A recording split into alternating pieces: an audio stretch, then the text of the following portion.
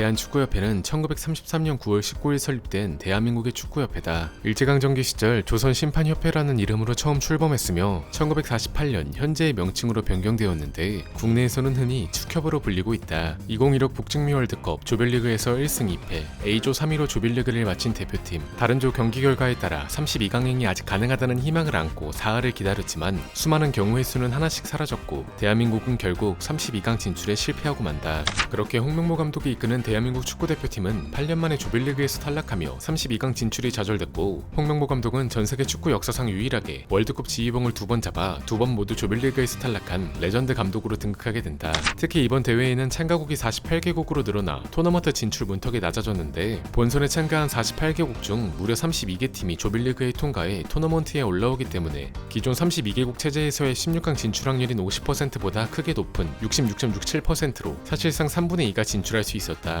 하지만 이처럼 문턱이 낮아진 상황에서 대표팀은 손흥민, 김민재, 이강인 등 유럽 빅리그를 누비는 선수들이 포진해 역대 최고 수준의 전력으로 평가받았으나 희망 고문 끝에 32강행이 좌절되며 2014 브라질 월드컵에 이어 또 한 번의 월드컵 참사가 재현되고 말았다. 사실 이미 월드컵에서 실패한 감독이 같은 국가대표팀 지휘봉을 잡는 경우는 매우 드물었는데, 이러한 참사가 반복된 배경에는 홍명보 감독의 전술적 역량 부족과 대한축구협회의 고질적인 불통 행정이 맞물려 있었다. 먼저 역대급 스쿼드를 갖추고 역대급 꿀조 편성이라는 환상의 조합에도 환장할 결과가 만들어진 데에는 홍명보 감독의 무색무취 전술이 있었다. 프랑스 축구의 전설 티에리 앙리는 남아공에 피하며 32강 진출에 실패한 한국 대표팀의 전술과 선수 기용을 강하게 비판했는데, 특히 홍명보 감독이 손흥민을 선발 명단에서 제외한 결정을 두고 의문을 제기했다. 앙리는 경기 후 분석에서 한국은 체코전 이후 이기기 위한 축구가 아닌 지지 않기 위한 축구를 했다. 이러한 소극적인 변화는 월드컵 무대에서 매우 위험하며 결국 남아공중 패배의 원인이 됐다고 지적했다. 거기에 가장 이해하기 어려운 부분은 비교도 비판받을 수 있는 중요한 경기에서 손흥민을 선발에서 제외한 결정이라며 무기력한 공격 전술에 대한 쓴소리를 이어갔다. 거기에 조별리그 마지막전 상대인 남아공 감독은 선발 라인업에서 손흥민이 빠진 걸 확인한 뒤 경기 운영 계획을 수정해 경기를 운영했고, 후반전 손흥민이 교체에 투입되자 원래 전술로 변화해 운영했다는 게 알려졌으며, 아무도 이해할 수 없는 도박 소리를 건 홍명보 감독은 졸전의 원인을 잘 모르겠다고 회피했지만, 남아공 감독은 경기 뒤 기자회견에서 전술적으로 오늘 우리가 한국보다 조금 나았다, 오늘 한국은 예상한 대로였다며 철저한 전술 분석이 한국전 승리의 원동력이라고 밝혔다.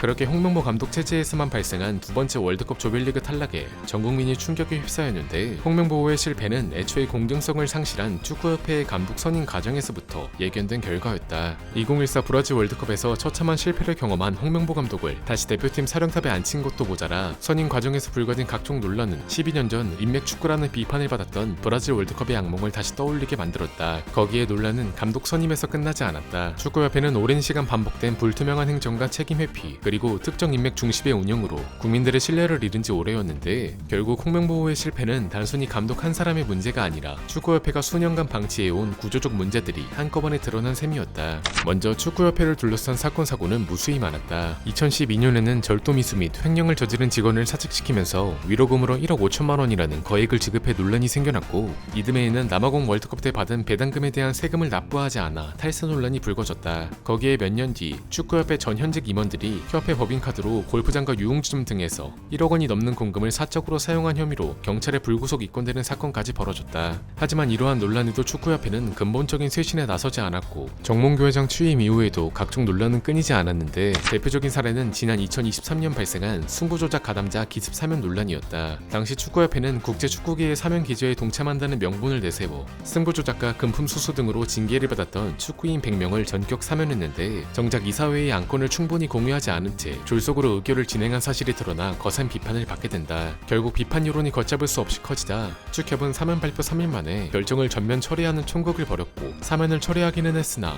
이미 승부조작범을 사면하려는 시도를 했다는 사실만으로 축구협회를 향한 국민들의 불신은 걷잡을 수 없이 커져만 갔다. 이 밖에도 축협을 둘러싼 논란은 무수히 많았다. 2002 월드컵 4강 신화를 이끌었던 히딩크 감독이 한국 축구를 위해 어떤 형태로든 기여할 의사가 있으며 비공식 채널을 통해 대표팀 감독을 맡고 싶다는 뜻을 축협에 전달했지만, 당시 기술위원장이 공식이든 비공식이든 히딩크 측으로부터 어떠한 연락도 받은 적이 없다 라고 일축했는데, 이후 히딩크의 연락을 받은 사실이 확인되면서 축협은 국민들에게 사실과 다른 설명을 했다는 비판을 피하지 못했다. 이처럼 축구협회를 둘러싼 논란은 단순한 실수나 우연이 아니었다. 불투명한 행정과 책임 회피, 반복되는 절차 논란은 오랜 시간 축구협회의 고질적인 문제로 자리 잡았고, 논란이 불거질 때마다 축구협회는 납득하기 어려운 해명으로 일관했다. 결국 결국 이러한 고질적인 운영 방식은 한국 축구의 경쟁력마저 흔들었고 그 대가는 월드컵이라는 가장 큰 무대에서 고스란히 드러나게 된 셈이었다. 그리고 결국 거센 비판의 중심에 섰던 정몽규 회장은 월드컵을 앞두고 회장직에서 물러나겠다는 사퇴 의사를 밝혔으며 홍명보 감독 역시 조별리그 탈락이 확정된 다음 날인 29일 멕시코에서 취재진과 만나 사퇴 의사를 밝히며 두 번째 불명예 사퇴를 하게 된다. 홍 감독은 대표팀 감독이라는 자리는 제게 결코 쉬운 결정이 아니었다. 지난 2년 동안 저는 늘 이 선택이 대한민국 축구를 위한 선택인가? 라는 질문을 스스로에게 던졌다며 모든 판단이 늘 옳았다고 말씀드릴 수 없다. 하지만 제 모든 판단의 기준만큼은 언제나 한국 축구였다고 강조했다. 결국 대한축구협회의 감독 선임 과정과 대표팀 운영 전반에 대한 비판이 확산되면서 정몽규 회장과 홍명보 감독은 사퇴를 하게 되었는데 과연 이번 실패를 계기로 한국 축구가 근본적인 변화를 선택할지 아니면 또다시 같은 실수를 반복하게 될지는 앞으로 축구협회가 어떤 선택을 내리느냐에 따라 달려있다. 이상이다.